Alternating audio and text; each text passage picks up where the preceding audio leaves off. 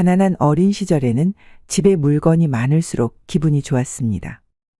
당시에는 텔레비전이나 피아노 같은 물건이 많이 있는 집이 잘 사는 집이라는 증거였으니까요.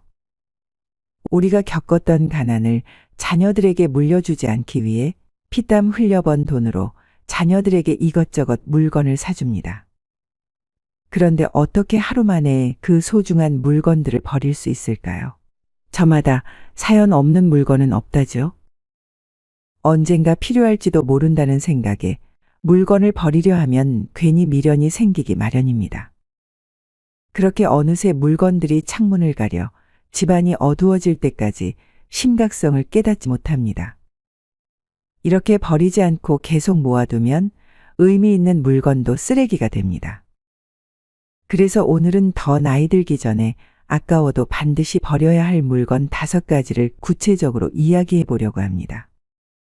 오늘 말씀드리는 5가지 물건들만 치워도 집안이 훨씬 밝아지는 것을 경험하실 겁니다. 추가로 어디서부터 어떻게 뭐부터 버려야 할지 막막한 분들에게 쉽게 버릴 수 있는 방법에 대한 내용도 담았으니 꼭 끝까지 시청 바랍니다. 본격적으로 시작하기 전에 구독과 좋아요 부탁드립니다. 클릭 한 번으로 여러분들의 마음이 더욱 풍요로워지시길 바랍니다.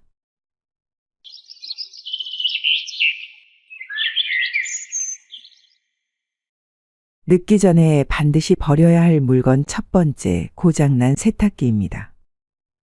고장난 가전제품을 10년 넘게 방치하다가 더 좋은 제품이 나왔을 때야 버리는 경우가 있습니다. 보통 전자레인지, 드라이기, 다리미, 청소기, 세탁기, 밥솥과 같은 물건은 소모품으로 일반적으로 5년 정도 사용하면 고장나는 것이 당연합니다. 하지만 고장난 제품을 불편하더라도 그냥 계속 사용하는 사람들이 있습니다. 모든 공간에는 에너지의 흐름과 기가 있습니다. 고장난 물건을 버리지 않고 계속 두면 좋은 운이 막히거나 빠져나갈 수 있습니다. 그래서 작동이 제대로 되지 않는 물건이라면 새 것으로 교체하는 것이 좋습니다.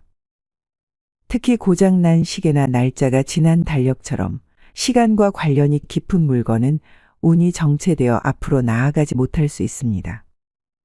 꼭 가전제품이 아니더라도 전구 담화가 나갔거나 문고리가 고장나는 경우도 마찬가지입니다. 하루라도 빨리 고장난 물건을 과감하게 버리고 새로운 물건으로 교체함으로써 집안의 긍정적인 에너지를 불러일으킬 수 있습니다. 늙기 전에 반드시 버려야 할 물건 2번째, 녹이 쓴 우산입니다. 조금이라도 관리가 소홀하면 녹이 슬거나 이가 나가는 물건들이 있습니다. 특히 화장실에서 사용하는 면도기나 비가 올 때 쓰는 우산처럼 습한 환경에 자주 노출되는 물건들은 녹이 슬기 쉽습니다. 이러한 물건들은 우리의 피부와 직접 닿기 때문에 하루빨리 버리지 않으면 위생 문제에 큰 영향을 미칩니다. 또 방치하고 잘못 사용하면 파상풍과 같은 심각한 질병을 유발할 수 있습니다. 뿐만 아니라 녹슨 물건이나 깨진 물건을 계속 가지고 있으면 정체된 기운을 유발하여 집안의 전반적인 분위기를 해치고 거주자의 건강과 운에 나쁜 영향을 줄 수 있습니다. 그러나 일부러 멋을 부린다고 그을음이나 낡은 느낌의 빈티지 스타일을 추구하는 사람들이 있습니다. 하지만 만약 전체적인 인테리어 스타일이 아니라면 녹슨 물건이나 장식품은 굳이 갖고 있지 않는 것이 좋습니다. 고장난 가전제품과 마찬가지로 녹슨 물건이나 깨진 물건은 집안의 좋은 에너지 흐름을 막아 집안의 전체적인 분위기를 해칠 수 있습니다. 늙기 전에 반드시 버려야 할 물건 3번째는 안 쓰는 운동기구입니다. 심장은 우리 몸에 피가 원활하게 순환되도록 만들어진 기관입니다. 마찬가지로 냉장고는 음식을 보관하기 위해 사용되고 침대는 편안한 잠자리를 위해 만들어진 물건입니다. 이처럼 모든 물건은 제각기 목적을 갖고 있습니다. 하지만 우리는 물건을 그 본래 용도가 아닌 다른 목적으로 사용할 때가 있습니다. 예를 들어 대표적으로 운동하기 위해 구매한 러닝머신과 같은 운동기구를 빨래 건조대로 사용하는 경우입니다. 이는 마치 소파를 옷장으로 사용하는 것과 같습니다.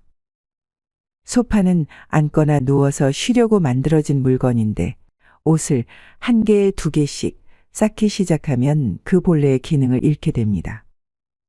결국 소파도 제대로 사용할 수 없고 옷도 정리되지 않아 공간이 어지럽게 됩니다. 마찬가지로 자리만 차지하고 방치된 운동기구들이 거실이나 안방에 있다면 하루빨리 처분하는 것이 좋습니다. 집안에 큰 물건이 쌓여 있으면 기의 흐름을 방해할 수 있습니다. 또한 먼지가 쌓여 가족 구성원 중 민감한 사람이 있다면 알레르기나 호흡기 문제를 유발할 수 있기 때문입니다. 당근마켓이나 중고나라와 같은 플랫폼을 통해 필요로 하는 사람들에게 판매하거나 나눔을 하면 좋습니다. 우리 집에서는 죽어있는 물건일지라도 다른 곳에서는 제 기능을 발휘할 수 있도록 물건을 입양 보내는 것이라 생각해 보세요. 이는 물건의 재활용을 통해 자원을 절약하고 공간을 효율적으로 사용하는 방법입니다. 버려야 할 물건 네 번째는 유통기한이 지난 약입니다. 집집마다 서랍에는 먹다 남은 약들이 다 조금씩 있을 겁니다. 감기 걸렸을 때 처방받아 먹다가 나아서 남아있는 약도 있을 수 있고 연고 등 상비약 또는 영양제 등 다양한 약이 서랍에 있을 겁니다. 하지만 약에도 유통기한이 있습니다. 보통은 1년, 연고는 6개월로 정해져 있습니다. 약의 유통기한은 독성 물질의 농도가 기준이 되기 때문에 시간이 흐르면 약의 성분이 변질되어 독성이 생길 수 있습니다. 그래서 나으려고 사놓은 약인데 오히려 부작용이나 알레르기 반응이 생길 수 있기 때문에 오래된 약이라면 과감하게 버리시길 바랍니다. 유통기한이 지난 약이나 연고는 일반 쓰레기통에 버리면 안 됩니다. 특히 액상용품을 화장실에 그냥 버리는 경우도 있는데 이는 심각한 환경오염의 주요 원인이 될 수 있습니다. 약국이나 보건소에 비치된 의약 수거통이 있습니다. 버릴 약만 모아서 따로 봉지에 모아뒀다가 근처 약국에 가지고 가서 물어보는 것도 좋은 방법입니다. 위급한 상황에는 유통기간을 발견하지 못할 수 있으니 지금이라도 서랍 속에 방치되어 있는 오래된 약이 있다면 하루빨리 폐기하는 것을 추천드립니다. 버려야 할 물건 5번째는 안 신는 신발입니다. 신발을 사두고 나중에 신겠다고 마음먹지만 신발장에 넣어둔 채 잊어버리는 경우가 종종 있습니다. 특히 신발이나 옷, 차 등은 단순한 소유물을 넘어 나 자신의 일부라고 느껴지기 때문에 버리기가 더 어렵게 느껴지기도 합니다. 우리는 무의식적으로 물건에 추억과 감정을 부여하게 되고 그것들을 버리면 마치 그때의 추억과 감정을 버리는 것처럼 느껴지기 때문에 버리는 것이 쉽지 않습니다. 하지만 시간이 지나면 신발이나 옷은 유행이 지나 다시 신기 어려워지게 됩니다. 따라서 신지 않는 신발은 과감히 정리해야 할 물건 중 하나입니다.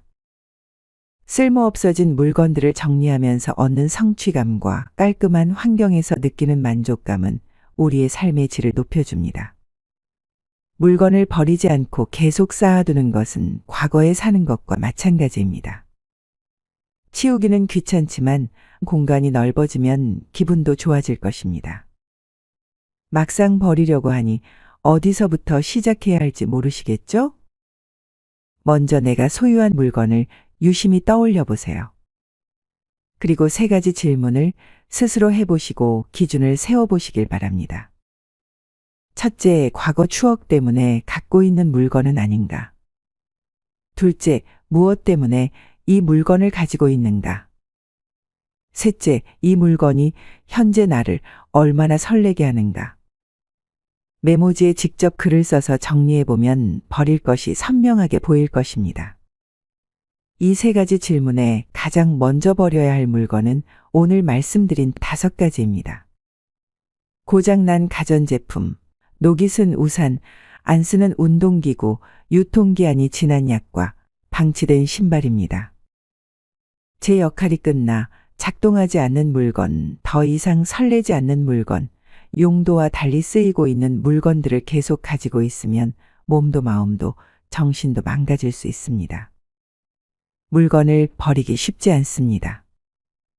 왜냐하면 인간의 욕심은 끝이 없기 때문입니다. 언젠가는 쓰게 될 날이 오지 않을까? 하며 창의적인 생각을 펼치는데 지금 사용하지 않는 물건이라면 10년이 지나도 그대로 있을 겁니다. 욕심이 과하면 탈이 나기 마련이라는 말 들어보셨죠? 공간도 마찬가지입니다. 물건 하나를 샀으면 하나는 반드시 버린다고 생각하고 항상 새 것이 들어올 자리를 한 칸씩 마련하세요. 내가 생각한 것과 다르게 버리고 나서 후회할 물건은 단 하나도 없습니다. 예전에 쓰던 물건을 버리기만 해도 다시 집안이 밝아지시는 걸 지금 당장 경험해 보시길 바랍니다. 오늘 영상이 도움이 되었다면 구독과 좋아요 부탁드립니다. 앞으로도 양질의 콘텐츠로 찾아뵙겠습니다. 긴 시간 동안 들어주셔서 정말 감사드리고 남은 하루도 좋은 시간 되시길 바랍니다.